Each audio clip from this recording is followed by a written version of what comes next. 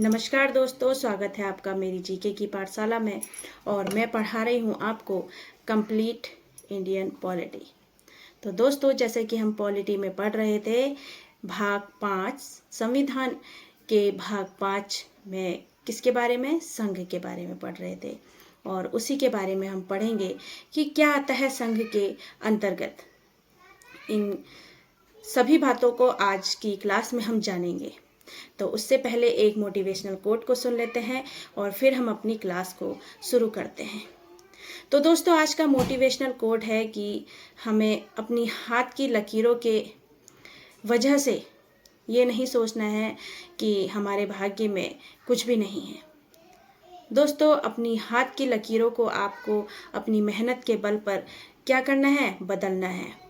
ठीक है, इसलिए बहुत से लोग क्या कहते हैं कि हाथ की लकीरों को देखकर कि हमारे भाग्य में तो कुछ है ही नहीं। लेकिन दोस्तों, भाग्य जो है हाथ की लकीरों से नहीं, अपनी मेहनत के बल पर बदला जा सकता है। अगर आपने सोच लिया है कि हम अपने लक्ष्य को पा सकते हैं तो भगवान भी आपका साथ जरूर देते हैं। आप YouTube में ही देख लीजिए, कितने अच्छे अच्छे क्रिएटर हैं, कितनी मेहनत करते हैं वे, और कितने गरीब थे और उन्होंने मेहनत के बल पर वह कहाँ से कहाँ पहुँच गए। अगर आप मेरी क्लास देख रहे हैं तो औरों की भी देख रहे होंगे, और वो बताते हैं अपनी बारे में कि हम कहाँ थे और अब कहाँ पहुँच गए हैं अपनी मेहनत के बल पर।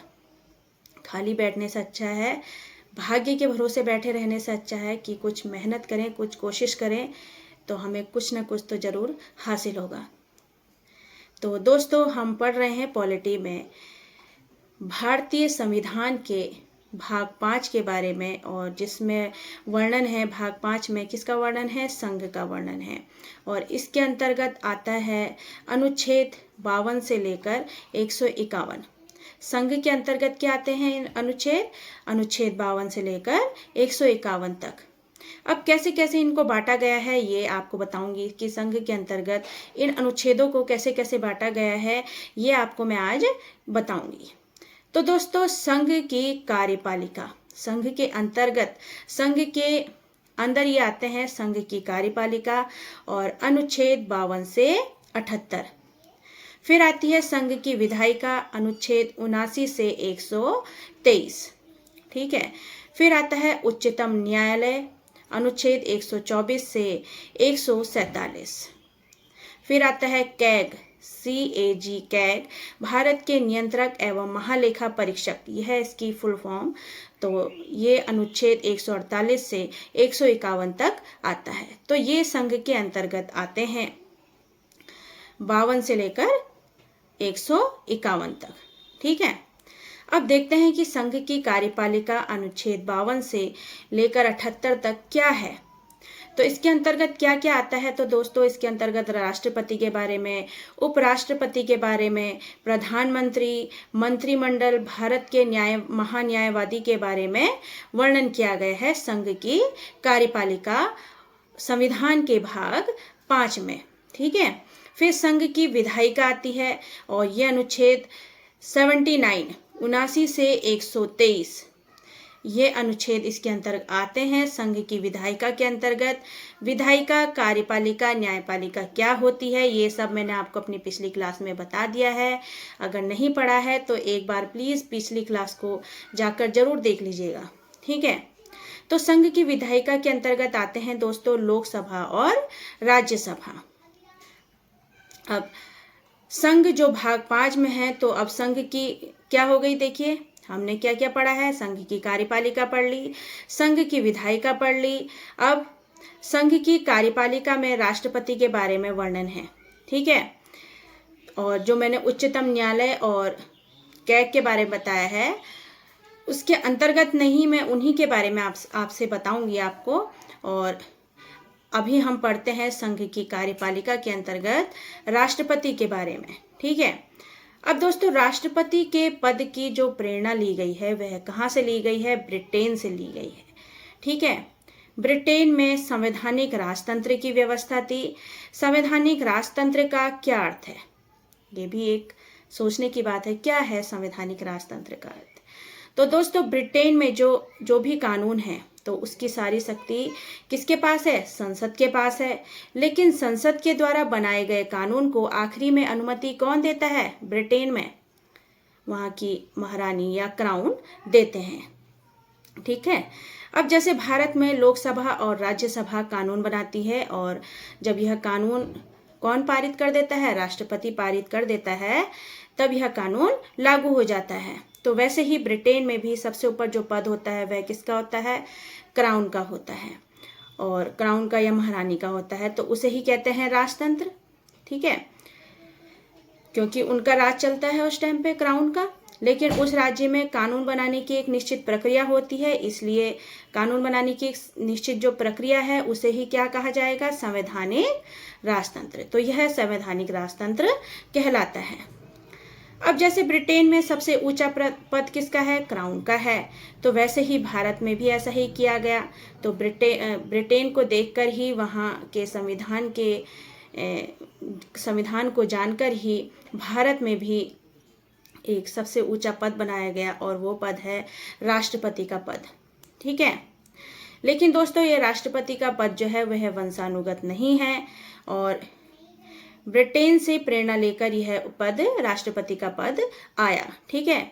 अब राष्ट्रपति का पद जो है वह निर्वाचित होकर आएगा भारत में, और भारत के निर्वाचन की जो प्रणाली है, अब जब निर्वाचित होकर आएगा जो राष्ट्रपति का पद, तो ये निर्वाचन की जो प्रणाली है कहाँ से ली गई है? ये आयरलैंड से ली गई है। और आयरलैंड से एक चीज और ली गई थी, वो कौन थे? राज्य के नीति निर्देशक तत्व, ये लिए गए थे। ठीक है। अब दोस्तों, जैसे कि देश में सबसे ऊंचा पद निर्वाचित होकर आता है, तो निर्वाचित जो पद होकर आ रहा है तो उसे क्या कहेंगे? गणतंत्र कहेंगे। ठीक है। अब राष्ट्रपति के निर्वाचन के बारे में भी पढ़ लिया हमने, कहाँ से लिया गया है? तो ये आयरलैंड से लिया गया है। राष्ट्रपति का पद कहाँ से लिया गया है? तो ब्रिटेन से लिया गया है।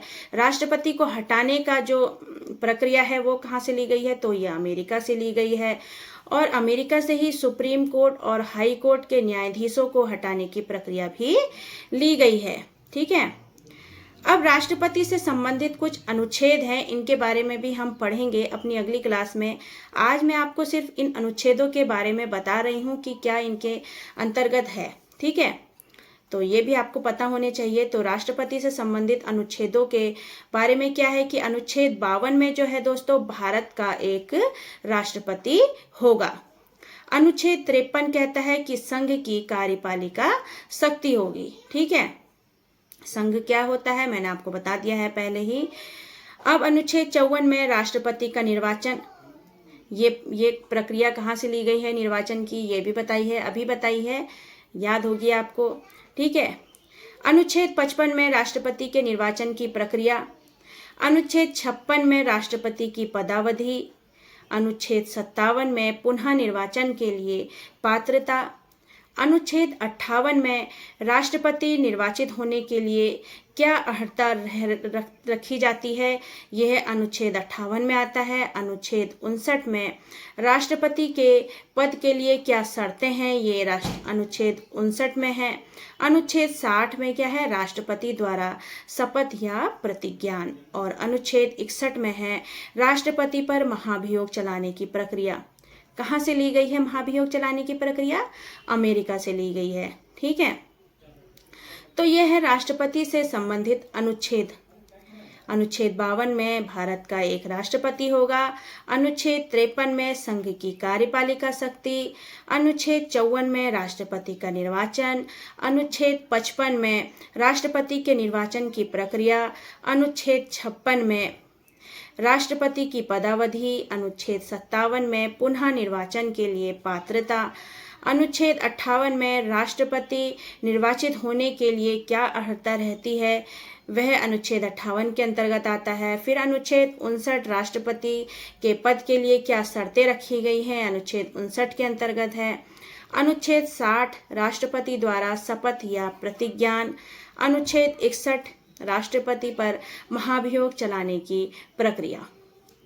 तो इन सब के बारे में हम अपनी अगली क्लास में पढ़ेंगे, समझेंगे। तो अब आप बताइए कि जो राष्ट्रपति का पद है ये कहाँ से लिया गया है? तो यह लिया गया है ब्रिटेन से लिया गया है। जैसे कि मैंने आपको बताया था ना, देखिए ब्रिटेन से लिया गया है। और जैसे ब्रिटेन में सबसे ऊपर ऊंचा पद कौन सा होता है, तो महारानी या क्राउन का होता है। वैसे ही हमारे भारत में सबसे बड़ा पद, सबसे ऊंचा पद किसका होता है, राष्ट्रपति का होता है। तो राष्ट्रपति का जो पद आया है ये ब्रिटेन से आया है। राष्ट्रपति के निर्वाचन की जो प्रक्रिया आई है ये आयरलैंड से आई है। और राष्ट्रपति पर महाभियोग लगाने की जो प्रक्रिया है ये कहाँ से आई है, यह अमेरिका से आई है। तो दोस्तों ये सारी बातें आपको याद होनी चाहिए और ये आपके काम आएंगी, ठीक है। तो अगर थोड़ा सा भी आपको समझ में नहीं आया हो तो एक बार प्लीज़ फिर से पूरा रिपीट करके सुन लीजिएगा, आपको ज़रूर समझ में आएगा, ठीक है। मिलते हैं आपसे अपनी अगली क्लास में।